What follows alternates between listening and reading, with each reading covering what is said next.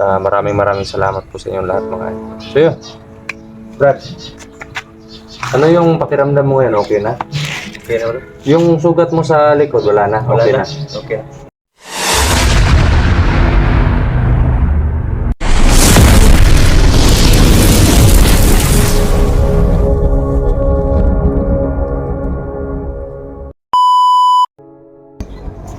So, yun po mga idol, no, sa mapagpalang araw po sa ating lahat, no. Nandito po ako ngayon sa lugar kung nandito po yun si Brother Jerome at si Brother Dodong at si Brad Marlon. Update lang po namin ni Brother Dodong yung nailigtas ni Brother Dodong na dalawa. Hindi lang po natin sasabihin At sobrang saya po nila no na nailigtas sila ng dalawa. At yun mga idol, nandito po ako ngayon. At ito po yung update natin sa dalawang nailigtas ni Brad Dodong. Kung ano yung nangyari sa kanila ngayon, kung kumusta na ba sila at okay ba sila. Ano po, ito na po yung update namin. Tama na po natin si Brad Dodong. Ayan o. Yan. Punta tayo doon. So yun mga idol, no? Punta po tayo sa kanila at At ito yung dalawa. ano na po, tapos po ng video natin na para madami sa video updates para sa kanila. So yun, balik lang po tayo mamaya.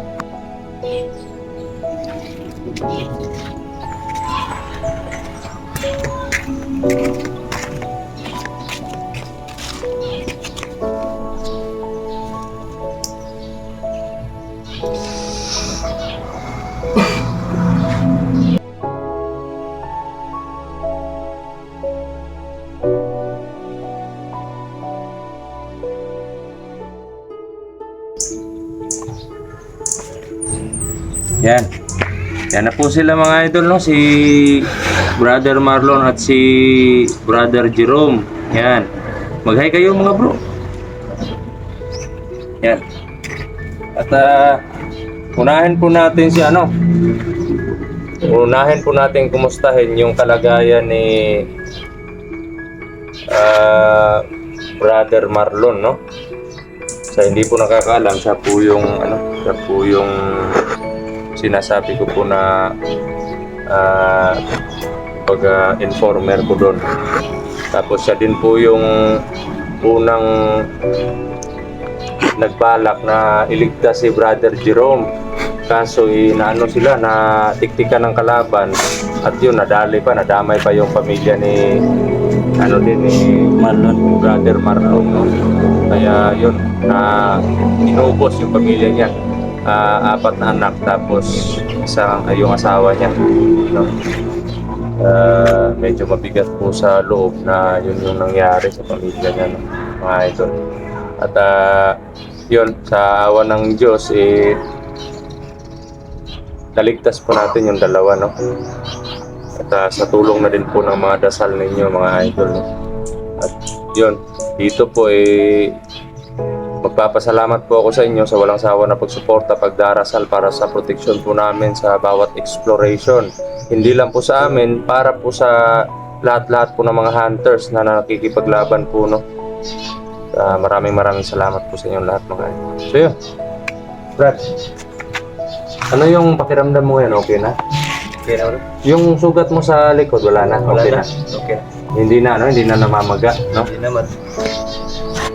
Yeah, okay na daw yung sugat niya sa likod. Wala bang nagmamasa sa likod mo ngayon? Wala. Wala. Yan, pinapatawa lang kita kasi alam naman namin na may kalungkutan talaga sa ano. Ano yung sinasabi mo kanina na parang hindi ka makatulog, bro? Gusto kong magiganti, bro. Hindi ako makatulog kasi lagi akong nananaginip sa pamilya ko, humihingi ng tulong. Lagi mong napapanaginipan yung pamilya mo nang humihingi ng tulong. Sa akin, parang humihingi sila ng tulong. Parang nanghihingi sila ng hustisya, bro. Siguro yung gawin natin mag-alay tayo ng dasal doon sa dati mong bahay kung saan sila Tapos Yun na lang. ano tayo, magsindi ng kandila. Siguro ganun yung gagawin natin. Itong isa bro, ba't na papansin mo parang malungkot yung isa? Oo, kasi masakit pa yung katawan niya. May ano pa nga yan eh, yung may gamot pa nga iniinom yan eh. Yan, at si Brad Jerome naman, ikaw Brad, okay ka na or ano yung pakiramdam mo? Okay na Brad. Sakit po yung tagiliran ko pero kaya naman. Kaya na. Sige. At yun, mga idol, gusto lang po namin ipaalam din sa inyo, bahala na po kung malaman ng mga kalaban na nanonood, no? Hindi naman siguro na alam tong lugar na to eh. Kasi kahit malaman pa nila, gusto po talaga namin makiganti para sa pamilya ni Brother Marlon. At gusto po namin makuha yung pamilya, mahanap yung pamilya ni Brother Jerome, no? Kaya pagsisikapan po namin yan, mga idol. Kahit po medyo tagilid po yung mga kasama natin ngayon kasi yun nga, may problema may sakit na dinaramdam si Brother Jerome, tapos may puot pa na dinaramdam din si Brother Marlon. At ako naman masakit din para sa akin yung nangyayari sa kanila, no? Kaya yun nga, sinasabi ko po sa inyo na wala naman tayong pinipili na tulungan. Kung sino yung kaya lang nating tulungan, itutulungan talaga natin. Yun nga, sa gabay po ng mga dasal ninyo, ang presensya ng Panginoon is naging successful yung pagligtas natin sa kanila. At ngayon, yung mission namin is hanapin yung pamilya ni Brother Jerome. Pero kailangan pa po naming kailangan pa magpahinga ni Brother Jerome. At sa hindi po nakakaalam, si Brother Jerome po is nasa custody ko po siya. At si Brother Marlon naman andun po siya sa custody ng isang tanod, no? Para doon po siya magpahinga at safety naman po siya doon. Wala pong problema doon sa kanya. Yun nga lang, medyo nahihiya lang ako doon sa yung nag-alaga sa kanya. Mabuti siguro bro na dito ka na lang din sa akin, no? Kasi nakakahiya naman doon sa di ba? Mas safety ka pa dito kay Brad Dodong. Yan din po yung sabi ni Marlon kanina na nahihiya na po daw siya doon. So gusto lang talaga ng tanod na makatulong sa kanya, sa gamutan niya. Pero yun, gusto naman talaga ni Brother Marlon na dito sa atin, pero wala naman po tayong problema doon kasi yun nga, malaki Free naman yun, naitulong ni Brother Marlon sa bawat exploration at bawat po mga yung nire-report niya sa akin, no? Ng mga plano ng mga kalaban. At yun nga, habang hahanapin po namin yung pamilya ni Brother Jerome, is yun po yung gagawin din po naming chance na makapaghiganti po tayo sa mga kalaban. Pero yun nga, before po kami nag-off cam, may sinabi po ako sa kanila ganito. Before po kami nag-on cam, sinabi ko po sa kanila na kailangan talas na pag-iisip at plano yung gagawin, hindi yung padalos-dalos na lang sa laban na parang nadadala tayo sa sakit o sa puot na, kasi naranasan ko na yan noon na kumbaga naawa talaga sa mga nabibiktima, tapos parang sumasabog na yung Parang galit na galit ka talaga. Parang galit na galit na talaga ako. Tapos, parang gusto mo na sa talagang ubusin yung lahat ng mga. Tapos parang ang naiisip ko lang paano na kung masira yung plano. Wala. Sayang yung pinagplano. Pinaghirapan na plano, masasayang lang lahat. Kaya yun, Bro Marlon, tiis-tiis na lang muna kung ano yung galit na nasa Sa ngayon. loob ng puso mo. Sa ngayon, relax ka muna. Tiisin mo Magpakatatag muna ka, yung ano huwag mo. kang ano. Huwag ka padala sa anumang galit ng nasa puso mo. Ikaw, Brad Marlon, bro. Ano ba yung kung andun ka sa inyo noon, ano ba yung kabuhayan na pinambubuhay mo sa pamilya mo noon? Ano lang. Titigla ng gulay. Magtitinda ng gulay. Kumbaga, may Ano siya, gulayan ka gulay? ba doon na ano? Maliit lang. Maliit na gulayan. Ayun, may mga tanim pala siya mga idol. No? Hindi naman gulay. siguro niya mabalitan yun. Hindi na labo na yun kasi pag andun ka, delikado. Maano siya? Kahit nga kami, Maano siya ng tauhan ni kahit Toro nga doon. yung bahay ko doon dati bro, Kaya nga eh, hindi ko na iniwan mo na lang. binalikan kasi delikado, pinagkampuhan na. At Sinira pa yung bahay mo. pero kursunada ka bro na sumama sa exploration natin. Oo bro. Nada ako bro. Eh, Gusto ko makuha yung justisya para sa pamilya ko. ang ganun ba? Gusto niya sumama? Susuportahan ka namin doon. At Oo, susuportahan ka namin. Pero pag nasa Ingat exploration na tayo, hindi yan mawawala yung pag-iingat. At tsaka ang importante yan, wag kang magpadala kung ano man yung galit na nasa puso mo. kasi Anuhin mo, i-balance mo yung mo para hindi maano yung plano natin. Hindi masira yung mga plano natin. Kasi kapag magpadalos-dalos ka, tapos hindi mo alam kung ano yung madadatnan mo sa mga baka tayo na naman yung malagay sa alanganin. delikado talaga. Tama yung kay Brother Julius. At kay Brother Jerome naman, yun nga, sabi niya sa akin na, bro, baka kung makita na daw yung pamilya niya, gusto niya din daw sumama sa akin na mag-vlog. Kaso nga lang, katulad din sa sinabi ko sa'yo kanina, Brother Marlon, na yun nga, gusto niyo sumama sa akin na mag-vlog, pero sabi ko po sa kanila mga idol, no? Sabi ko po sa kanila na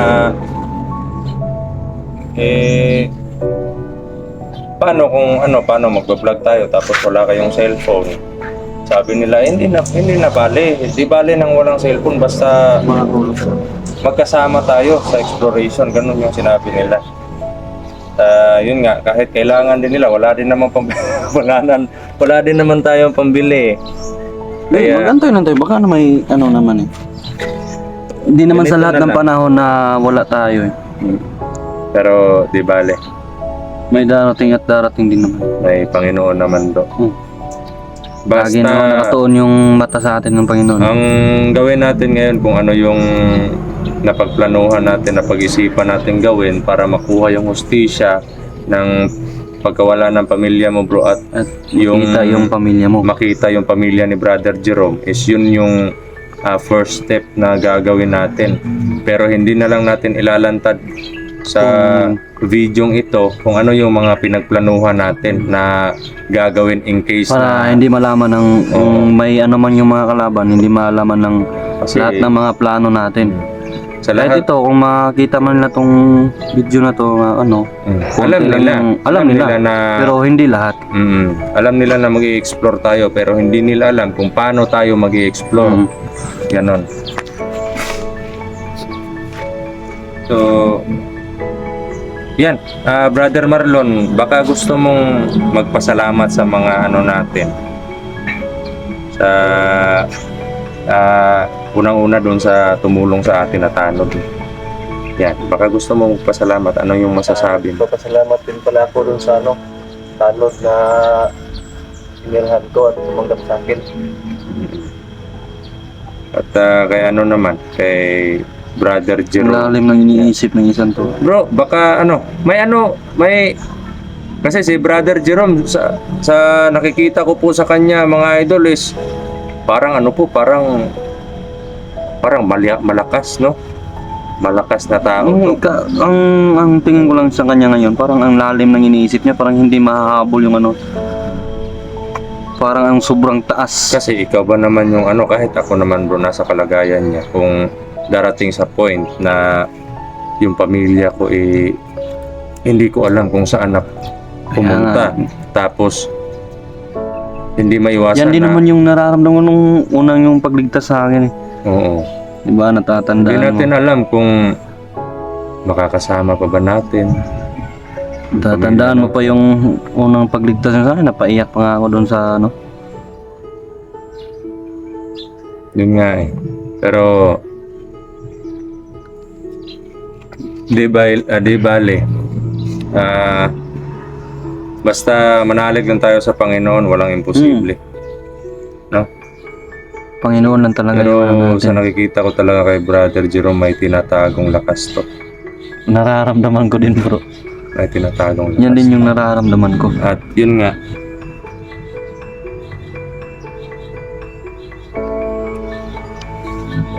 Ano bro, may masasabi ka or magpasalamat ka sa kanila sa ano? Sa yung nakabili tayo ng gamot mo, ganon. So bro, magpapasalamat ako sa'yo bro. Bilihan mo ko ng gamot, tinanggap mo ko dito. Walang problema sa atin. Kasi pag tayo tumulong sa isang tao, lulubos-lubosin na lang natin yung pagtulong talaga. Kung ano man yung makakaya na itulong, talagang ano namin. Pero kung ano lang yung makaya natin, hanggang doon lang tayo. Ano na lang yun, kumbaga. Tanggapin na lang. Kasi buong puso naman tayong tutulong. Wala naman pag-aalin-langin yung pag-ano eh. At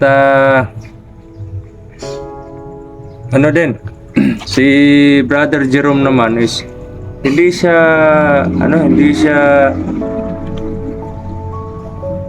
siya mahilig kumain ng ng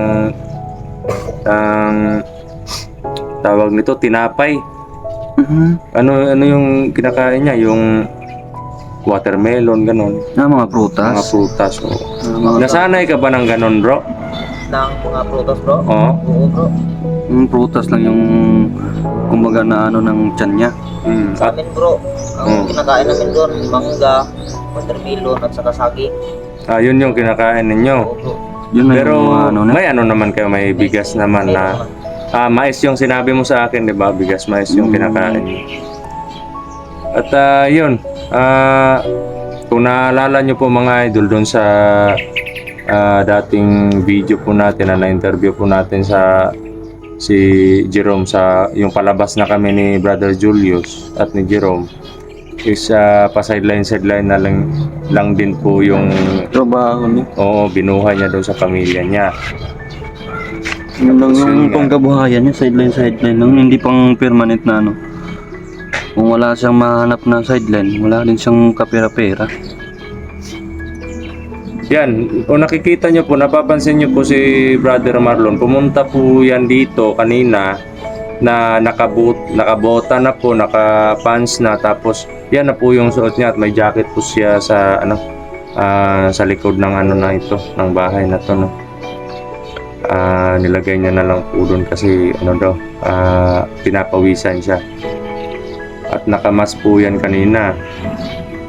Pinahiram daw siya doon sa sa tanod.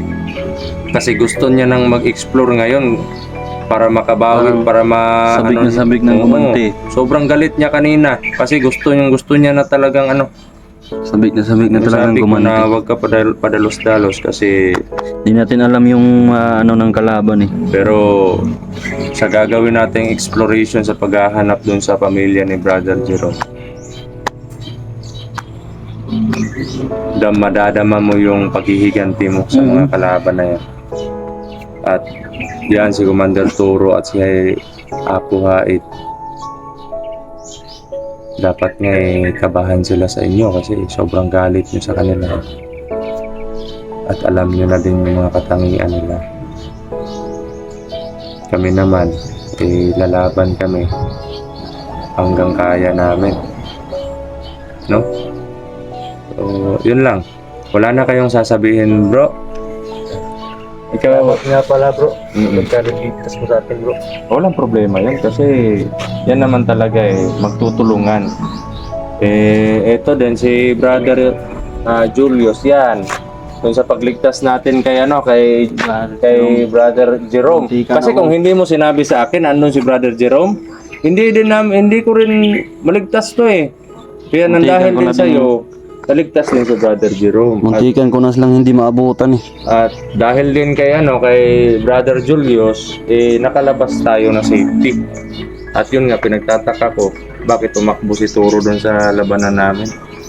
Dahil siguro doon sa anting-anting na pinagamit. Parang may parang may naramdaman siguro siya sa iyo. Kasi hindi ko naramdaman yung sakit mo sa mga atake niya sa akin. At doon sa mga kamagong na para na lang sa akin. Pero di bale, palalaman din natin ano yung dahilan. Okay ka na bro? Okay na bro. Sakit lang yung giliran pero konti na lang. Medyo masakit pa daw Malakas. sa giliran niya pero konti na lang. Malakas ka na lang muna, Bro Jerome, para pag malakas ka na, proceed na tayo sa paghahanap ng pamilya mo. So yun, Para idol, hindi tayo ng dito na lang po yung Panahon. video natin at yun, alaman nyo na po yung update tungkol sa kanila. At yun nga, okay na po si Brother Marlon at si Brother Jerome is hindi pa masyadong magaling kaya pag magaling na po siya, ready to exploration na po tayo, no? At yun, maraming salamat po sa walang sawa na po suporta ninyo at sana po hindi po kayo magsawa na magdasal para sa kaligtasan po namin, no?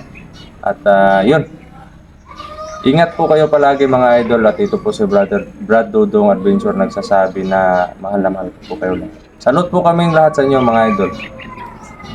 Yan, magbabay na kayo bro. Yeah.